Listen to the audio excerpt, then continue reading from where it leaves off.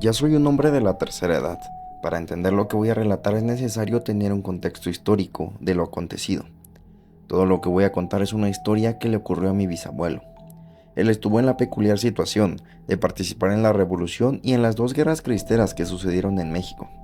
Estuvo sosteniendo un arma de fuego desde 1915, cuando tenía tan solo 13 años, hasta 1938, casi a sus 40. Las dos guerras cristeras están catalogadas erróneamente como guerras civiles, o al menos la primera no lo fue, ya que en el primer conflicto estuvo involucrada mucha gente, por ejemplo los gringos. Estas guerras se dieron luego de que el expresidente Plutarco Elías Calles impusiera una ley cuyo fin era controlar y limitar cualquier manifestación de culto católico. Esa ley fue el desenlace de una serie de tendencias antirreligiosas que vieron la luz por primera vez con Porfirio Díaz y que se replicaron durante décadas. Mucha gente no lo sabe, pero Álvaro Obregón, siguiendo las tendencias del porfiriato, orquestó un atentado contra la antigua Basílica de Guadalupe, en 1921.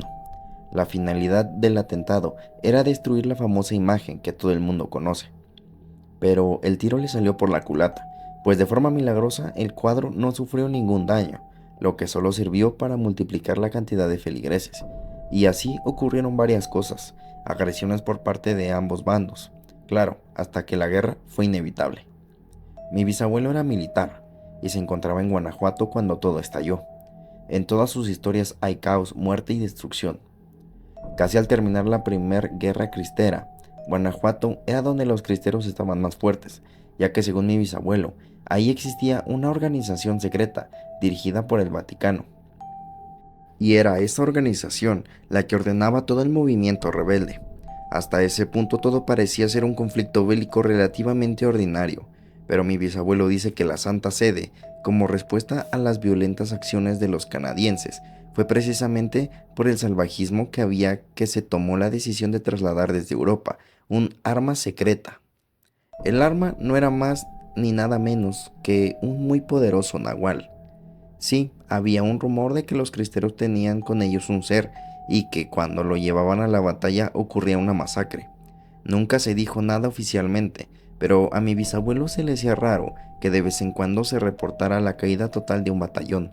No quedaba vivo nadie. Pero el primer encuentro que mi bisabuelo y sus compañeros tuvieron con la bestia fue dentro de una iglesia en San Felipe. Él y otros soldados fueron enviados a saquear todo. Les dieron la orden de acabar con todos. Así es la guerra, se siguen órdenes. No voy a dar todos los desagradables detalles de lo que ocurrió dentro de aquella iglesia. Basta con que sepan que mi bisabuelo está seguro que ni el cura quedó a salvo. Los canadienses eran los más locos. Tenían una sed de sangre desmedida. No solo mataban, se ensañaban hasta con los cadáveres. Me da asco solo recordar lo que me contaba mi bisabuelo.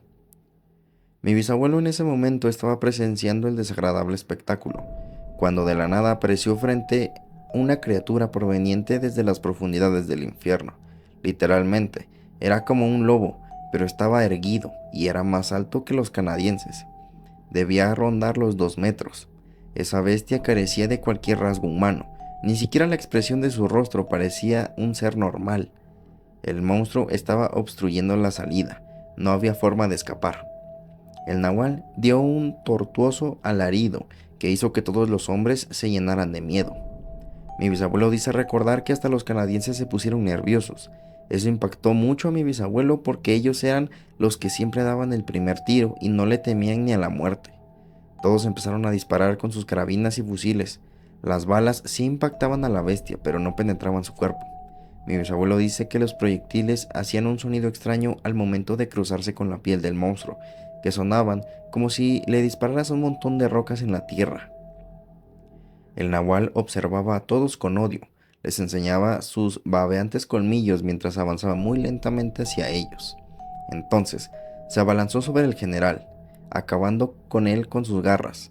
Sangre y pedazos de carne mancharon el uniforme de mi bisabuelo.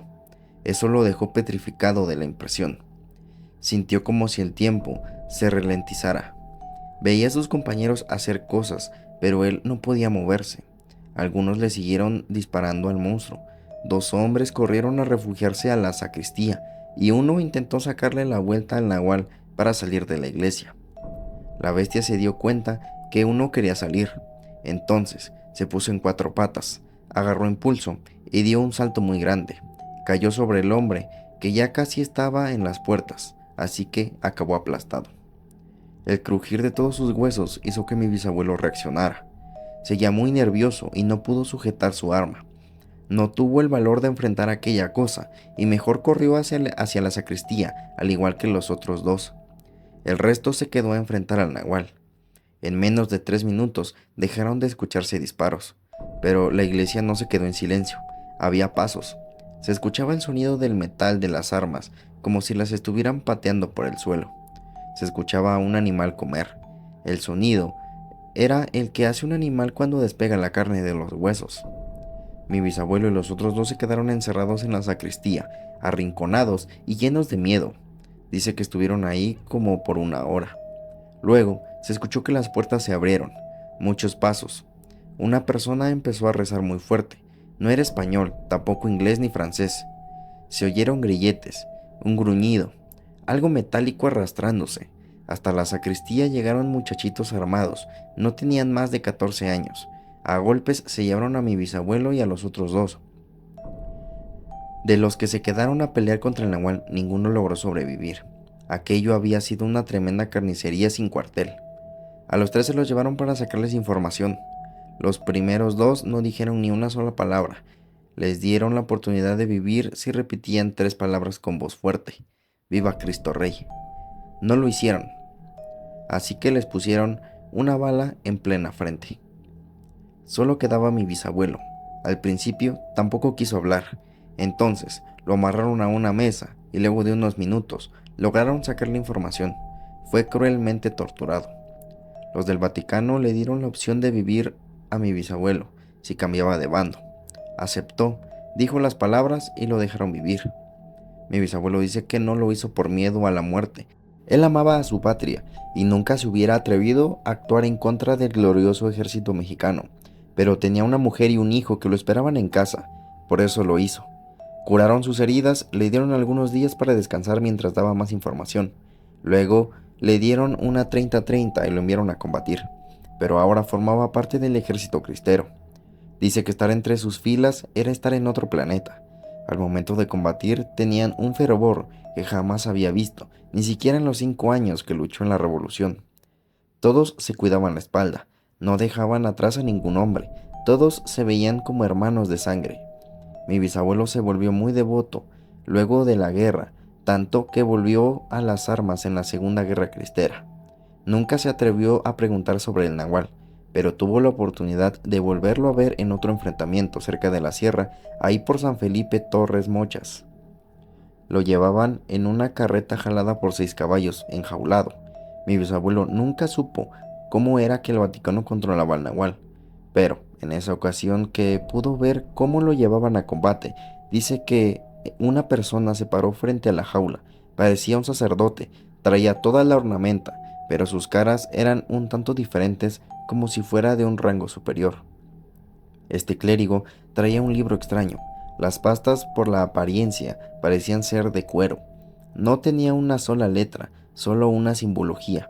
Se trataba de un gran círculo cuyo interior había una cruz. Mi bisabuelo dice que el religioso abrió el libro y se puso a rezar.